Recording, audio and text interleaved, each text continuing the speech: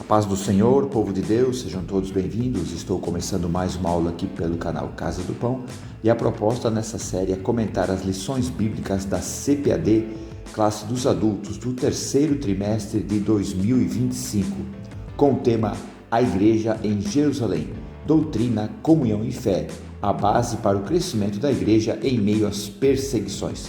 E a base do estudo bíblico é o livro de Atos dos Apóstolos, escrito pelo evangelista Lucas. E hoje é a lição número 8, do dia 24 de agosto de 2025, uma igreja que enfrenta os seus problemas.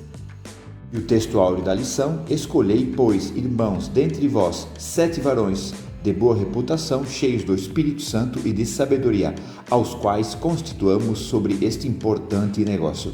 Atos capítulo 6, versículo 3. E a verdade prática diz assim: uma igreja cheia de sabedoria e do Espírito age sabiamente para resolver seus conflitos de relacionamentos.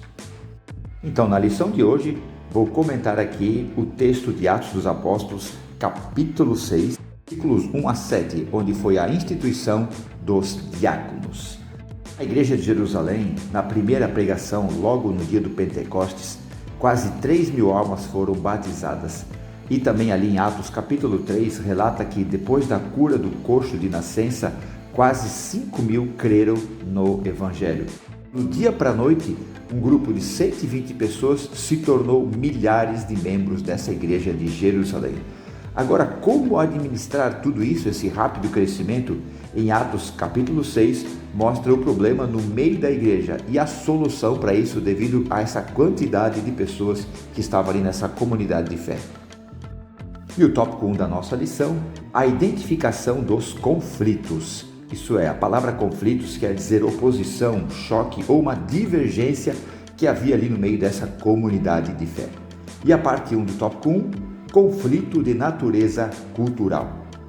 O texto de Atos capítulo 6, versículo 1, diz que crescendo o número de discípulos, isto é, alunos que se tornaram seguidores de Jesus, houve uma murmuração, isso é, um murmúrio, uma reclamação em voz baixa, uma insatisfação no meio do povo, isto é, os gregos contra os hebreus.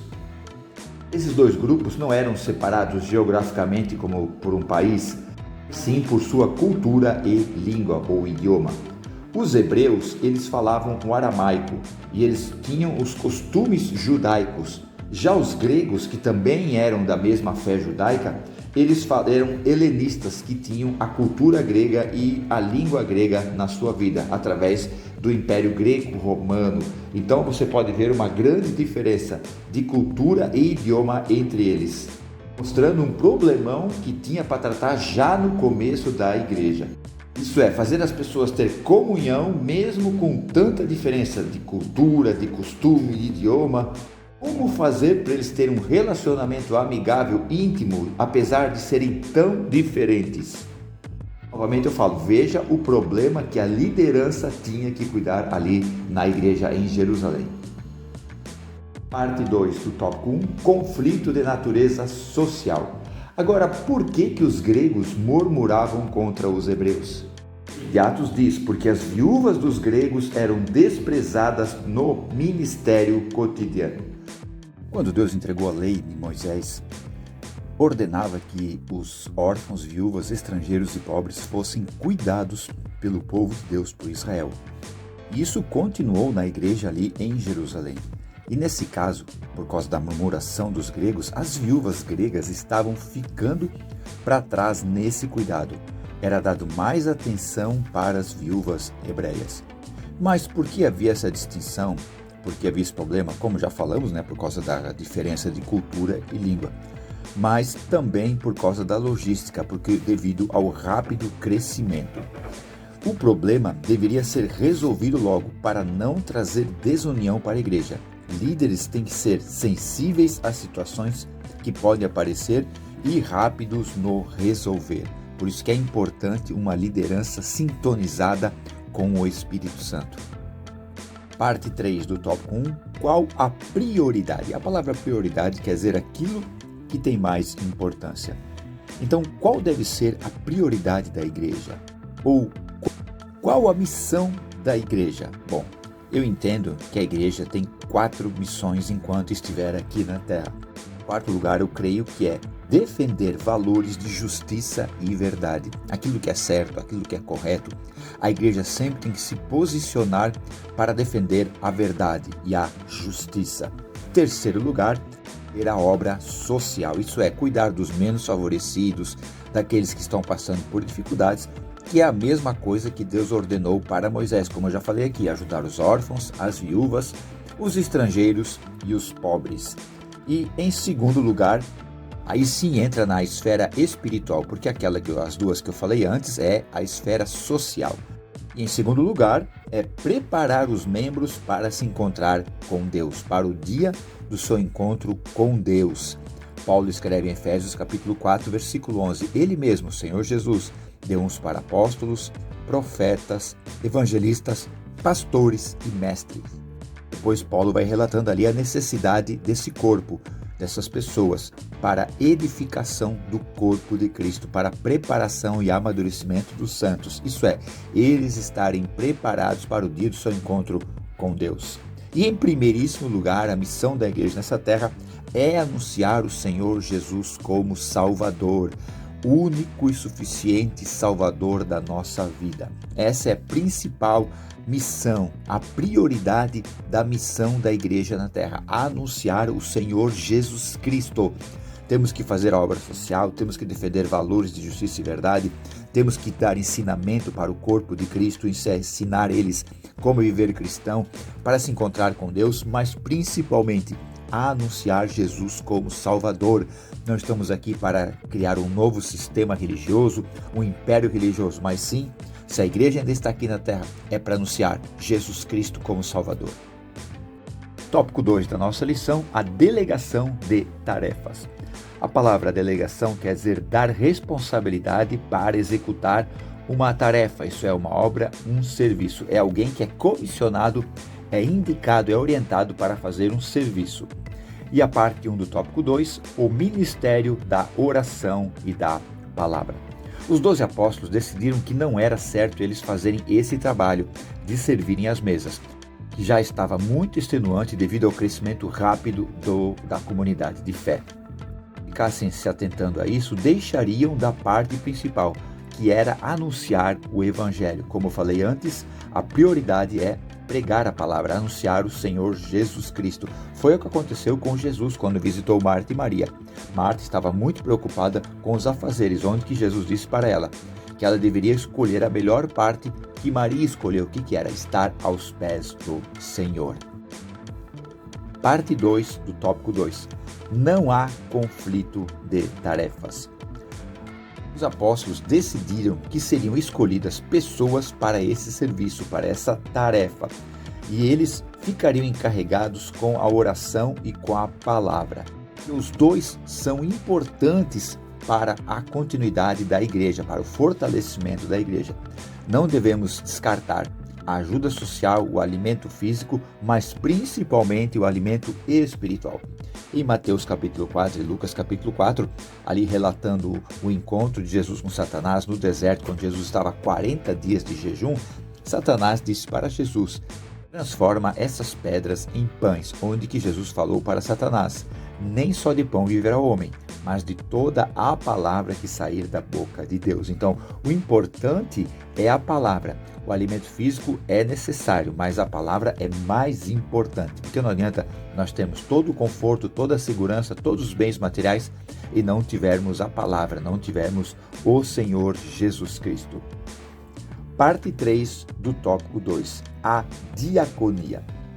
Os apóstolos disseram que o povo deveria escolher essas pessoas para esse importante negócio. A palavra importante quer dizer necessário, inevitável, algo que precisa ser feito. E a palavra negócio quer dizer uma carência, uma necessidade.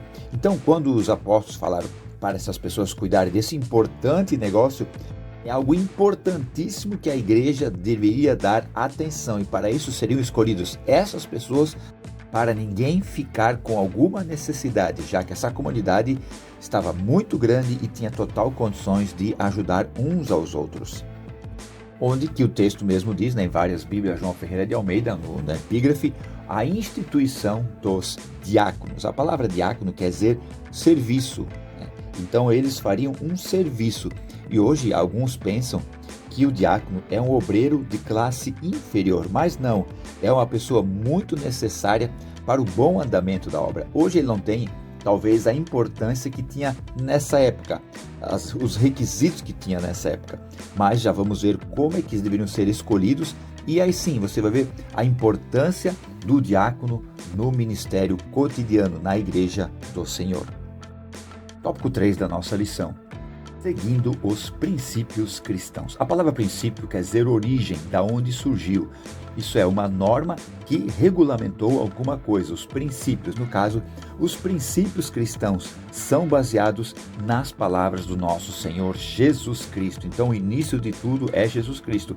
O próprio escritor aos Hebreus, no capítulo 12, versículo 2, diz: olhando para Jesus Cristo, o autor e consumador da nossa fé. E parte 1 do tópico 3, privilegiando o caráter. A palavra privilegiando ali quer dizer dar um tratamento preferencial ao quê? Ao caráter.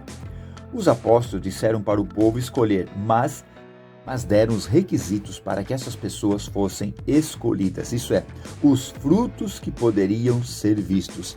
E o primeiro requisito ali que os apóstolos falavam para essas pessoas serem escolhidas era de boa reputação.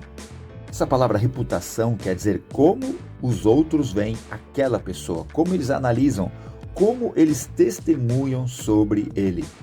A comunidade, por sua própria observação, atestava o caráter e a conduta desses homens. A vida deles era um testemunho de fé e integridade e eram respeitados por todos. Então essas pessoas que fossem escolhidas deveriam ter boa reputação, isso é, um testemunho público de que eram homens de caráter e homens de Deus.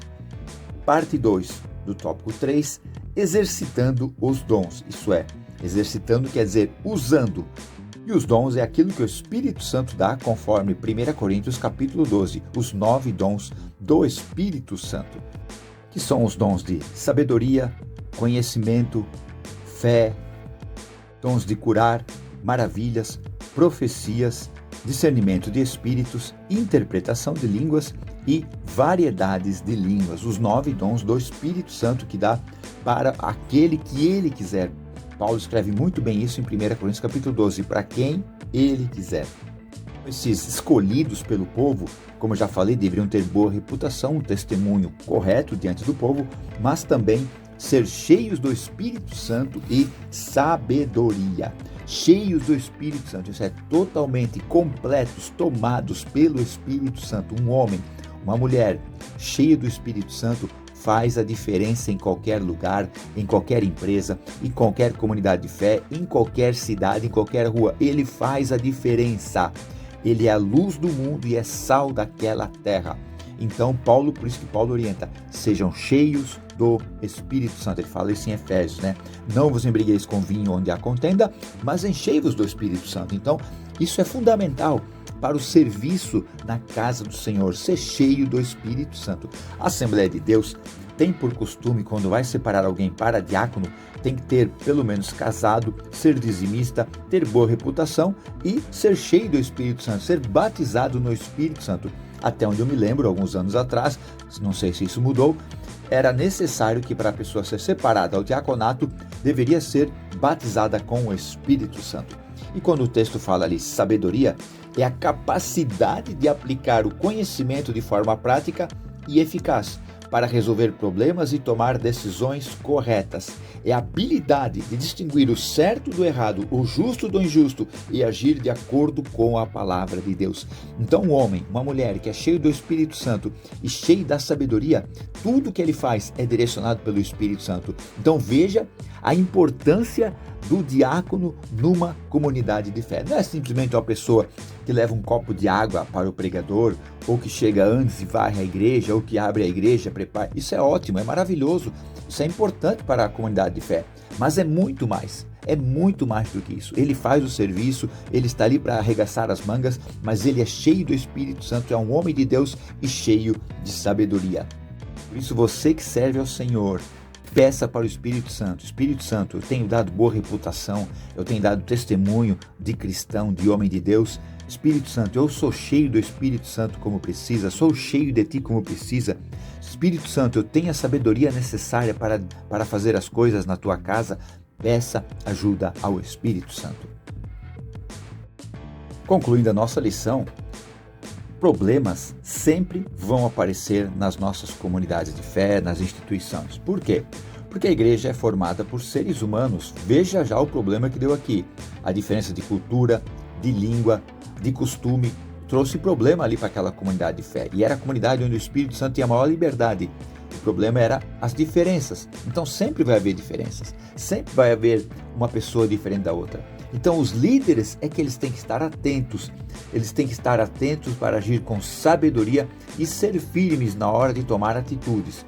E principalmente, eles têm que ter comunhão com o Espírito Santo para não agir pelas suas próprias emoções. Hoje temos líderes que infelizmente têm agido pelas suas próprias emoções, onde que é fundamental que os líderes ajam orientados pelo Espírito Santo. O Espírito Santo não falou, não faça nada. O Espírito Santo não disse, não mude ninguém, não tire ninguém, não coloque ninguém. Espere a direção do Espírito Santo. O fato é que mesmo diante de tantos desafios, os líderes nunca devem deixar do principal, orar e pregar. Cuidar de uma igreja, da parte física, da parte material, administrativa, é importante. Os líderes têm que ter esse entendimento, têm que estar preparados para isso. Isso é fundamental para o bom andamento da obra do Senhor. Mas o principal, eles estarem orando para pregar a palavra de Deus. Porque a oração e a pregação da palavra é que vai manter o povo unido, é que vai acabar com os problemas, é que vai trazer um crescimento para o reino de Deus. Amém, povo de Deus? Muito obrigado por ter acompanhado esse breve comentário aqui da lição da CPAD. Uma igreja que enfrenta os seus problemas. No próximo final de semana, dia 31 de agosto, a lição número 9. Uma igreja que se arrisca. Eu aguardo vocês. Fiquem todos na paz.